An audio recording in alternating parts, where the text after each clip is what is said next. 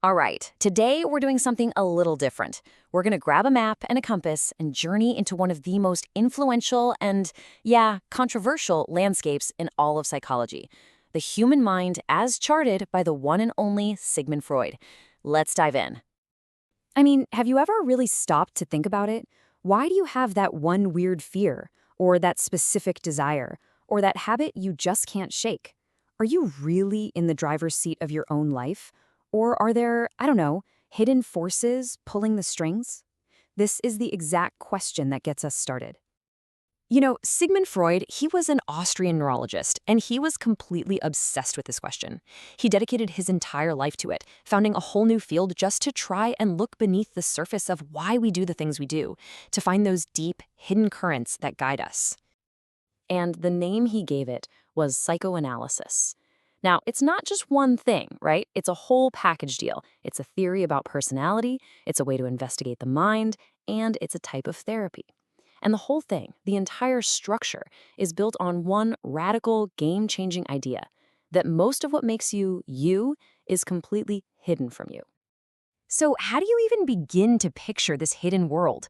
Well, Freud gave us this incredible metaphor that we still use all the time, the iceberg. He said that our mind is just like an iceberg. You only see the tiny little tip sticking out of the water, while the vast, powerful majority of it is hidden deep beneath the surface. So let's break this iceberg down. Right at the very top, you have the conscious mind. That's everything you're thinking about and aware of this very second. Just below the waterline is the preconscious. This is stuff you're not thinking about right now, but you could easily, like your phone number. But the really huge part, the part that's submerged deep underwater, oh yeah, that's the unconscious. This is just a massive vault of repressed fears, secret desires, and forgotten experiences that are shaping you every single day, and you don't even know it. And this is the absolute key takeaway from the whole iceberg idea. Freud wasn't just saying there's a hidden part of your mind. He was saying that massive hidden unconscious is the real boss. It's the true engine of our personality, humming away below deck and pretty much controlling everything we do. But here's the thing. It is not a quiet, peaceful place down there. Not at all. Freud believed our personality is defined by this constant, dynamic struggle, a nonstop battle between three competing forces inside of us. So, on one side, you have the id. Think of this as your inner toddler or a wild horse. It's totally primal, it's been there since you were born, and it runs on one thing, the pleasure principle. It wants what it wants, and it wants it right now. Then, on the complete opposite side, you have the superego. This is like the strict rulebook that society and your parents install in your brain. It's your conscience, your moral compass, always telling you what you should do and making you feel guilty when you don't.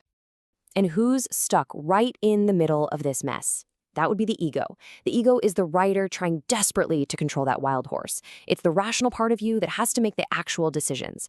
Its whole job is to try and get the id what it wants, but in a way that's realistic and won't get you in trouble with the superego or, the real world. It operates on the reality principle, just trying to keep everyone happy, which, as you can imagine, is basically impossible.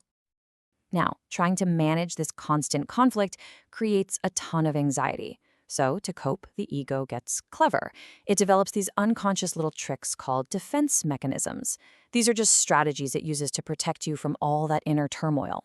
For example, repression is when the ego just shoves painful memories deep into the unconscious so you don't have to think about them. Or projection. That's when you take your own feelings that you don't like and pretend they belong to someone else, like accusing your friend of being angry when really you're the one who's furious. These things are happening all the time, silently, just to keep the peace. Okay, so we've got this whole internal war going on. But where did it all start? For Freud, the answer was crystal clear. Our personality isn't just something we're born with. No, it's built, brick by brick, during our first few years of life. And it all happens in a series of stages. He laid out these 5 psychosexual stages, starting with the oral stage when you're a baby, all the way to the genital stage when you're a teenager. Each stage focuses on a different part of the body as the main source of pleasure and conflict. And how we get through each of these stages, well, according to Freud, that's everything. And here's why those early years were so crucial for Freud. He was convinced that if a kid's needs were either not met, or maybe they were met too much in a certain stage, they could get fixated. Think of it like getting stuck. So, for example, someone fixated at the oral stage might grow up to be really dependent or maybe develop habits like smoking or chewing their nails. That stuck energy from childhood just keeps influencing their behavior decades later. All right, so if the real problem is buried deep in your unconscious, stemming from conflicts you had when you were a little kid, how on earth do you even begin to fix it? Well, that brings us to the practical side of all this, psychoanalytic therapy.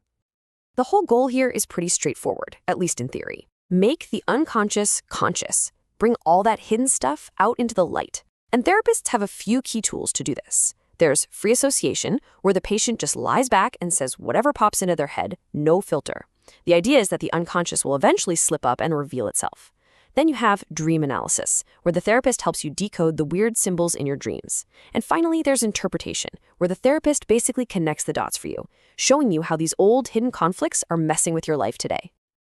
And Freud was huge on dreams. He famously called them the royal road to the unconscious. He really believed that when we're asleep, our ego's defenses are lowered, our guard is down, and that's when all the forbidden wishes and secrets from the id can finally come out to play, even if it's in a weird, symbolic language that needs to be translated. So after this whole journey through Freud's map of the mind, you gotta ask, right, where does all this stand today? And the truth is, his legacy is absolutely massive, but it is also, let's just say, super controversial. Look, on the one hand, you just can't deny his contributions. The very idea of an unconscious mind, that was him. The whole concept of talk therapy, basically him. His ideas are all over our art, our movies, our everyday language. But on the other hand, the critics have some really valid points. A lot of his theories are pretty much impossible to prove scientifically. Many people argue he was way too focused on sex and childhood, and that he based these huge theories on just a handful of his own patients. But at the end of the day, whether you think he was a genius or totally off base, here's the bottom line. Freud completely changed the conversation. He forced us to look under the hood, to consider that there's more going on inside us than we realize, and that our past never really leaves us. And that leaves us with one last big question to chew on. If Freud is right, even a little bit, and your unconscious is basically running on a script that was written for you when you were a kid, what does that say about free will? Are you just an actor reading your lines? Or can you actually grab the pen and become the author of your own story?